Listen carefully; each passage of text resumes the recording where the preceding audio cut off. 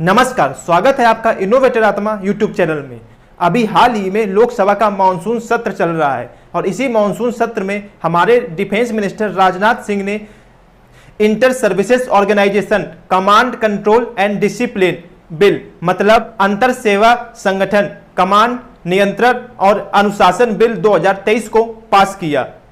अगर आसान भाषा में समझें तो इस बिल के तहत हमारी आर्म्ड फोर्सेस जैसे इंडियन आर्मी, इंडियन नेवी और इंडियन एयर फोर्स के लिए एक यूनिफाइड और जॉइंट कमांड्स का फॉर्मेशन किया जाएगा, जिसमें इन तीनों फोर्सेस को एक ही 3 स्टार रैंक का ऑफिसर कमांड करेगा।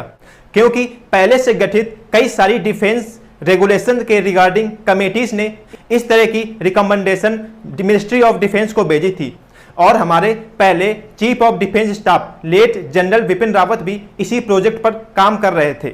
अगर आप इस एक्ट को अच्छे से समझना चाहते हैं तो आपको यह समझना होगा कि करंटली हमारी डिफेंस फोर्सेस किस तरह से ऑपरेट एंड रेगुलेट होती हैं। अभी के समय की अगर बात की जाए तो हमारी डिफेंस फोर्सेस तीनों अलग अलग अपने पर्सनल एक्ट से रेगुलेट होती हैं। जैसे आर्मी के लिए army act 1950, Indian air force के लिए air force act 1950 and navy के लिए नेवल एक्ट 1957। अगर अभी के ज्वाइंट सर्विसेज सेटअप की बात करें तो एक नेवल ऑफिसर के कमांड वाले प्लेस में आर्मी या एयर फोर्स के सोल्जर पर अगर कोई डिसिप्लिनरी एक्शन लेना है तो उसके लिए उस सोल्जर या ऑफिसर को उसे उसकी बेसिक यूनिट पर भेजना होगा। मतलब नेवल ऑफिसर के पास किसी भी तरीके की एडमिनिस्ट्रेटिव पावर्स एंड प्रिविलेज नहीं है कि वो एक आर्मी या एयर फोर्स के सोल्जर या ऑफिसर के ऊपर किसी भी तरीके के डिसिप्लिनरी एक्शन ले सके। और इसी की वजह से ये सारा प्रोसेस काफ़ी टाइम टेकिंग है, जिससे इंटर सर्विसेज सेटअप भी इफेक्ट होता है। अगर अभी की बात करें तो इंडियन डिफेंस फोर्सेस के पास टोटल 17 कमांड्स हैं, जिसमें इंडियन आर्मी और इंडियन एयर फोर्स के पास 7 कमांड हैं और इंडियन नेवी के पास 3 कमांड हैं। इन कमांड्स को एक 3 स्टार जनरल रैंक लीड करता है।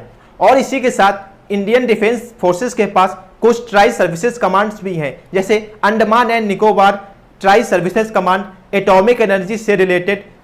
और बाकी आप वीडियो को पॉज कर स्क्रीन में देख सकते हैं।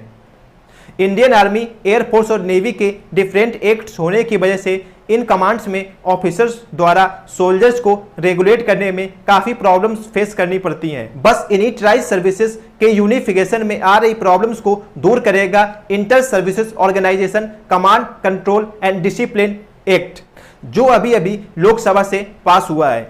इस एक्ट के थ्रू 5 नई joint services theatre command form की जाएंगी, जैसे east, west, north, marine and air security command.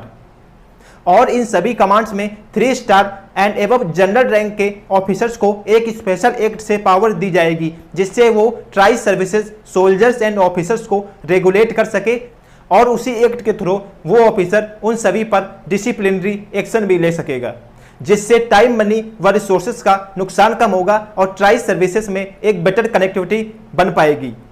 कुछ इसी तरह का formula USA, Russia and China की फोर्सेस पर भी काम करता है, जिससे उनकी ट्राई सर्विसेज यूनिफाइड रूप से काम कर पाती हैं। आपको क्या लगता है कि इस एक्ट के आने के बाद हमारी डिफेंस फोर्सेस मजबूत होंगी और तीनों ट्राई सर्विसेज में बेटर कनेक्टिविटी स्थापित हो पाएगी कि नहीं? कमेंट बॉक्स में जरूर बताइए। और अगर आप इसी तरीके के कॉम्प्लेक्स टॉपिक्स को बहुत ही आसान भाषा में समझना चाहते हैं तो इनोवेटर आत्मा यूट्यूब चैनल को जरूर से सब्सक्राइब करिए and don't forget to hit bell icon for latest updates. Thank you.